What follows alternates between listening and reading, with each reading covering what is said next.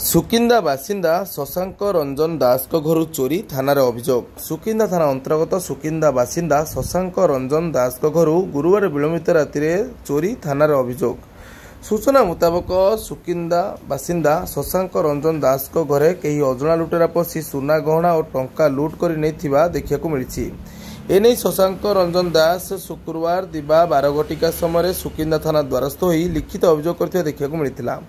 Sukinda police लिखित अभियोग को भित्ति करी शुक्रवार दिबा 1 घटिका समय साइंटिफिक टीम सहित घटनास्थल में पहुंची घटनार तदंत आरंभ करछि सुकिंदा पुलिस।